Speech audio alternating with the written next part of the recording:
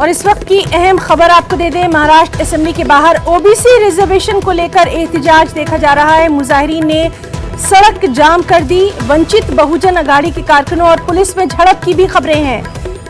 आपको बताएं कि खबर यह भी है कि पुलिस ने तकरीबन 100 से ज्यादा कारकुनों को हिरासत में ले लिया है। भारी तादाद में पुलिस असेंबली के गेट के बाहर तैनात कर दी गई है।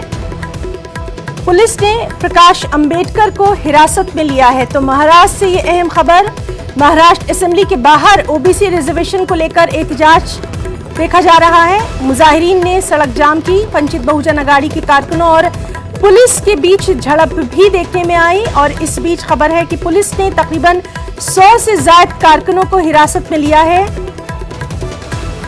असेंबली के गेट के बाहर बड़ी तादाद में पुलिस को तैनात कर दिया गया है।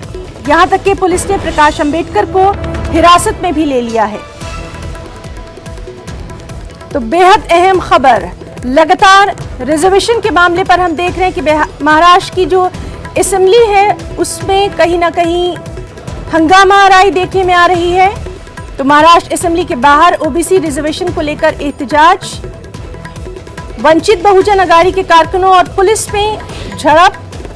अभी तक की जो इत्तलात है उसके मुताबिक पुलिस ने तकरीबन 100 से ज्यादा कारकुनों को हिरासत में लिया है, जिसमें प्रकाश अंबेडकर को भी पुलिस ने हिरासत में लिया है और बड़ी तादाद में असेंबली के गेट के बाहर पुलिस को तैनात कर दिया गया है।